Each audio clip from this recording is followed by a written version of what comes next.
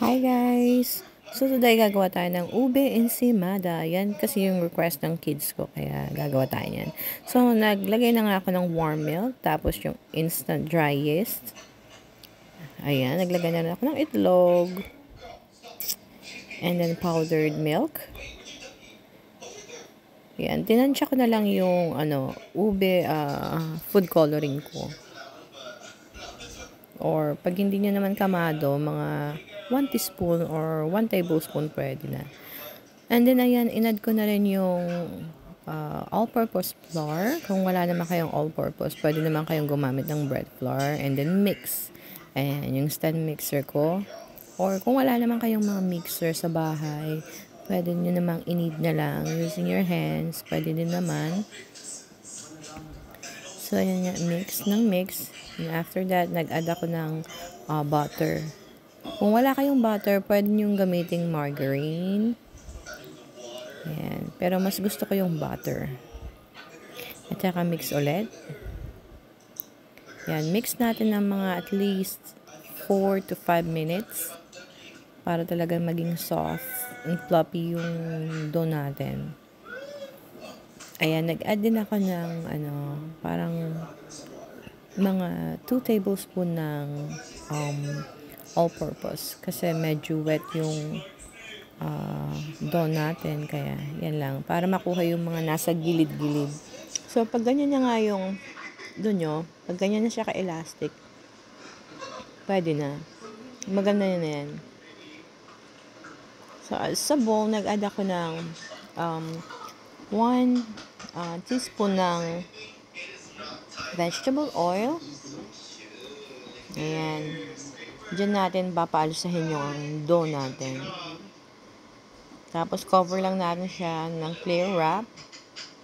Pag wala naman kayong ganyan, pwede nyo namang tabunan lang ng cheesecloth or ng towel na lang, yung damp towel. So nirest ko nga siya ng 1 hour. So after 1 hour, yan na ho yung kinalabasan. Punch down lang ho natin para matanggal yung mga hangin sa loob at hindi siya kabagin. Ayan.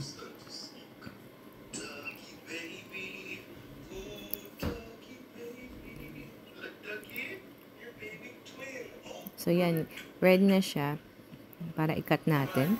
So ayan guys, i-form muna natin siya ng pabilog. Tapos i-cut na natin siya. Pero since for my kids lang naman, hindi na ako gumamit ng scale.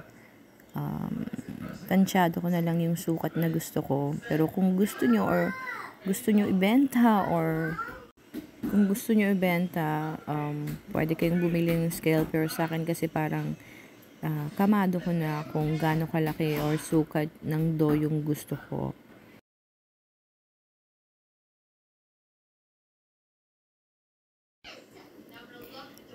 Kaya pag gusto nyo namang benta to, gusto nyo double nyo lang yung ingredients na nilagay ko, pang maramihan, kasi itong ingredients na nilagay ko parang good for 15 pieces lang siya or 16.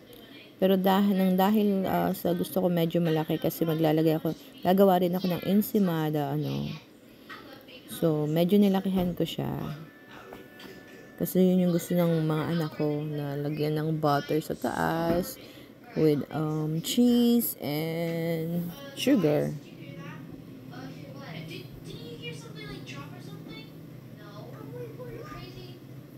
Ayan, nakikita nyo naman na kinukuhanan ko ng dough. So, parang sabi ko nga, gamay ko yung kung gaano kabigat yung dough na ginagawa ko.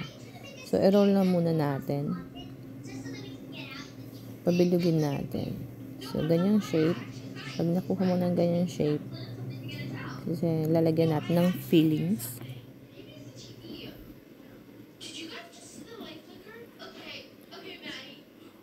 And then yan. Lagay nyo lang sa gitna. Tapos, roll nyo lang ulit hanggang maging bilog. O, diba? Tapos yung crumbs na ginamit ko, instead na plain breadcrumbs, Graham yung ginamit ko. Para mas masarap. Ayan. Kung wala, ayaw nyo naman ng Graham, gusto nyo na lang ng plain breadcrumbs, pwede rin naman. Pwede rin naman. Pero mas gusto ko kasi Grahams. Dagdag sa sa lasa. So, ayan nga. Ganun lang guys yung paggawa. Dati hindi ako marunong mag-bake. Pero kapapanood ko ng YouTube, yung try ka ng try. Sa una, hindi mo makukuha. Tapos, pag ilang beses mo na, basta hindi ka susuko, makukuha mo rin yan. Yan yung benefits ng pag-YouTube. Marami kang natutunan. Tsaka, pwede mo rin gamitin as yung pwede kang i-cover sa YouTube mo pag mag-vlog ka or something. So, ayan na nga yung nagawa ko. Parang 8 pieces yan. So, yan na yung naluto. O, diba? Napaka-soft. Kahit ilang araw na, malambot pa rin. Tingnan nyo guys. O, kita mo naman kung gaano ka-soft, diba? Ayan guys, so since natapos na tayo magluto, yan na ho yung finished product natin ng ensimada. And I hope you all like it. Don't forget to subscribe. Thank you so much.